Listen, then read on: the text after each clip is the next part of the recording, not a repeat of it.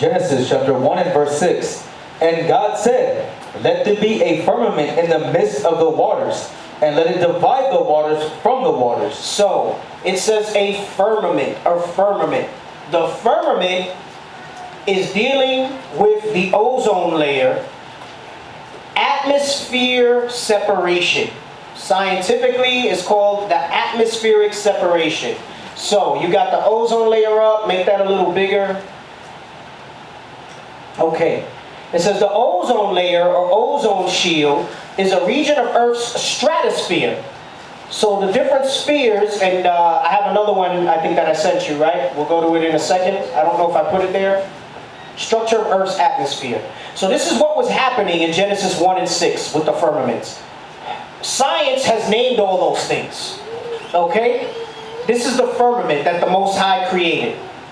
The troposphere, the trapezoid, the stratosphere, the mesosphere. That looked like it said menopause for a second. The mesopause, the thermosphere, the thermopause, right? And it's telling you the different heights. And then the ozone layer is at the level of the stratosphere, right? Then you have the ionosphere as well. This is just science making names for what the scripture calls firmament, all right? Now, go back to the ozone layer one. And you see how the Most High thought of everything. So it says, He already separated the waters. He already made day and night. So He had already created the foundation to build everything else. And it says the ozone layer, or ozone shield, is a region of Earth's stratosphere that absorbs most of the sun's ultraviolet radiation. It contains high concentration of ozone. He had not yet created the sun. Right? You see how methodical creation was?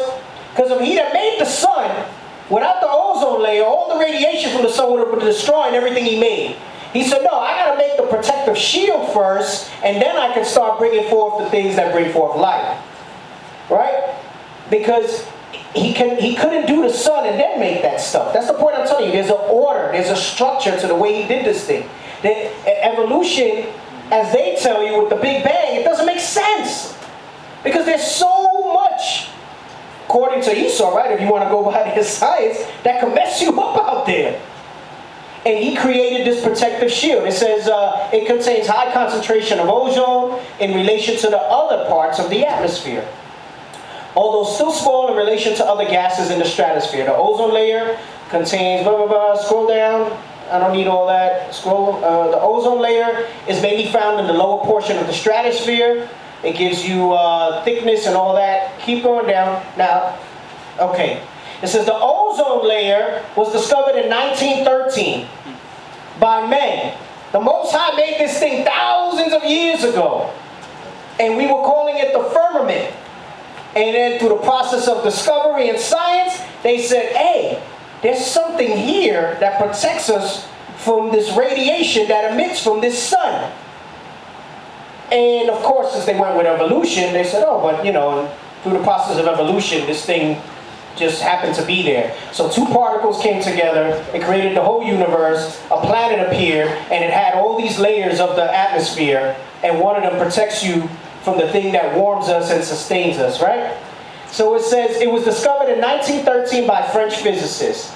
Measurements of the sun so that radiation sent out from its surface and reaching the ground on Earth is usually consistent with the spectrum of black body with a temperature in the range of 5,500 to 6,000 Kelvin or 5,227 to 5,727 Celsius, which is hot. Let's just say hot, like you can't imagine hot. You think Arizona's hot? You think it's hot out there? That's not hot. All right? This is different heat. And there's a protective, invisible layer that the Most High put there that these people somehow discovered that protects us from that. It was deduced that the missing radiation was being absorbed by something in the atmosphere. Because they said, how come we're not all irradiated down here? How come we're not all melting? Eventually, the spectrum of the missing radiation was matched to one known chemical, ozone. Go ahead, scroll. Its properties were explored in detail, blah, blah, blah, hold on. Okay, I want that other. It says the ozone layer absorbs 97 97 to 99% of the sun's medium frequency ultraviolet light, which otherwise, scroll up, Isaac's head's in the way, would potentially damage exposed life forms near the surface. So now, go back to Genesis 1 and 6. Genesis chapter 1 verse 6. And God said, let there be a firmament in the midst of the waters, and let it divide the waters from the waters. So he created this firmament. He created the atmosphere and the protective layer of the ozone layer. Get Proverbs 8:28. The book of Proverbs chapter 8 and verse 28. When he established the clouds above, when he strengthened the fountains of the deep. When he strengthened the fountains of the... So he established the clouds above, meaning he started to create the atmosphere, the sky, and he strengthened the foundations of the deep. He strengthened it how? By the protective shield of the ozone layer. Let's go back to Genesis. Genesis 1. You can read 7 now. Genesis chapter 1 verse 7. And God made the firmament and divided the waters which were under the firmament from the waters which were above the firmament, and it was so. So meaning, he made space in our sky. He created separation. So first he needed to make the atmosphere, and then he had a separation of our sky and space. Get Psalms 148 and 4. The book of Psalms chapter 148 and verse 4. Praise him, ye heavens of heavens, and ye waters that be above the heavens. So, because some people might say we're saying waters, and no, that's your interpretation at that space. No, they said there's waters, right? Read it again. Ye waters. Ye waters that be above the heavens. The waters that be above the heavens is talking about space. So when it says the waters from the waters, he's talking about the separation of space and what he was creating here on earth. Let's go back to Genesis 1 and 8 now. Genesis chapter 1 verse 8. And God called the firmament heaven, and the evening and the morning were the second day. So he said the heavens, he called it heaven. And I'm not going to get into that today. There's several meanings of heaven in the Bible. All right? You have heaven as a condition. You have heavens celestial. All right? There's another one. I think there's 3. There's another one that means something else. All right? But here, when he says he called it heaven, it's the heavens. Right? So what we just read in Psalms 148 and 4, it says the waters above the heavens. So you have the heavens as the sky. You have the heavens as space.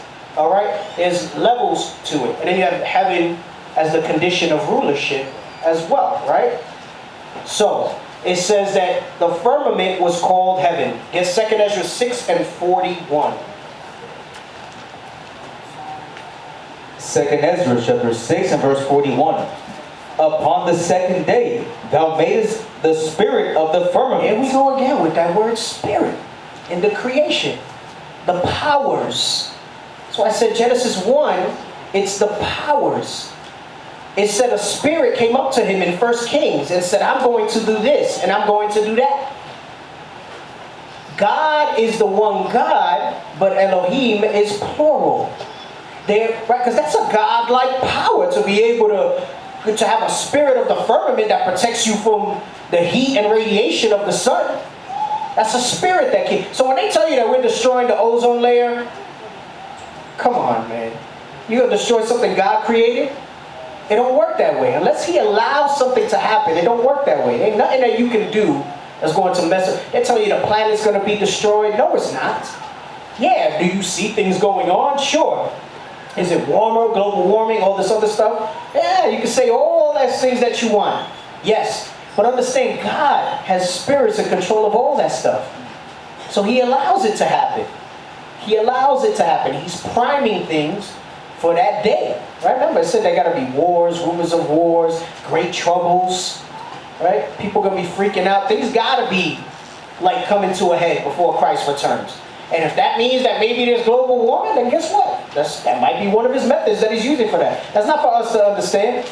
Right? We're supposed to fear God and keep his commandments. That's our whole duty. Everything else beside that, we can't control that. So what if there is global warming? What can you do? Like you yourself, nothing.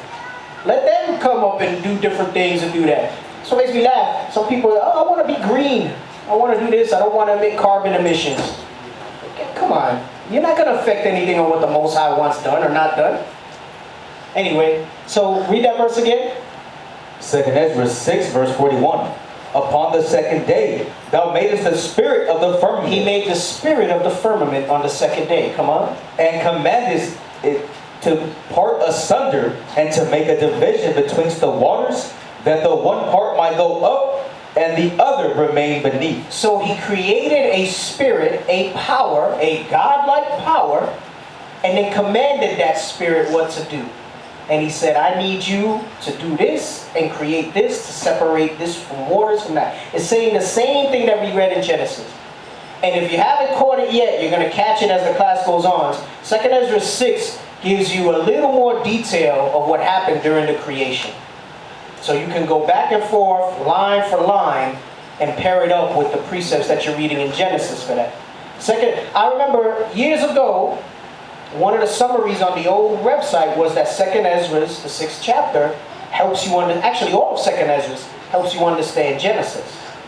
And it wasn't until years and years of study that I started, that actually made sense to me. And I said, oh wow, it's like this thing goes deep. Just like I told you, Wisdom of Solomon was a good one for you to understand. His prayer wasn't just this one prayer, Most High give me wisdom, right? When you read those chapters that we went through in Wisdom of Solomon, it gives you the detail of what his prayers were and what specific type of things he did. And that's why the Most High was able to say, you know what, you're already pretty wise. So I know that I can empower you with the rest of this wisdom like no man has ever had.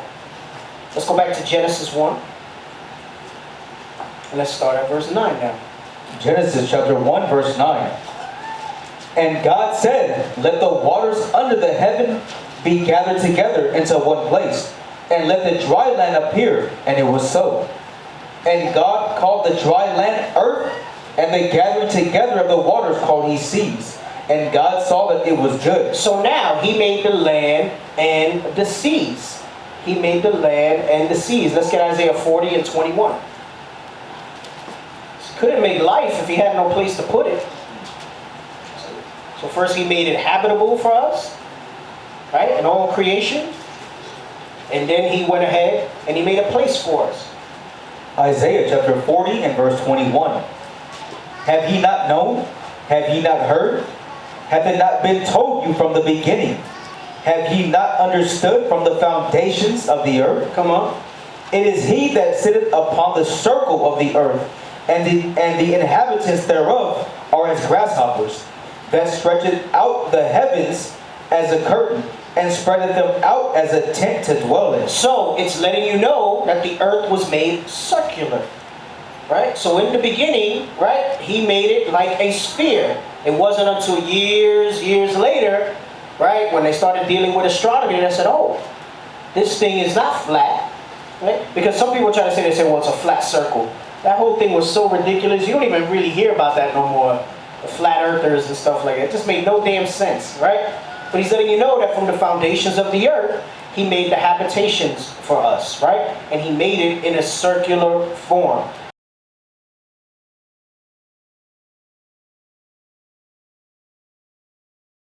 We used to scream black power while heroin was pushed. But at the end of the day, nothing's in vain. IUIC has been given a vision. The tents of Judah has risen. Many has attempted the mission, minor murmuring, omitting, and missing the mark. Just reading that he had the flame of fire in his eyes gave us the spark. We on Paul's mission. We out on the road, purple and gold, from Mexico, Cuba, Haiti, Ghana, Sierra Leone. 144,000 boots banging, concrete crackling. These are our men repented at heart. The scriptures is proof. IUIC, we deliver the truth.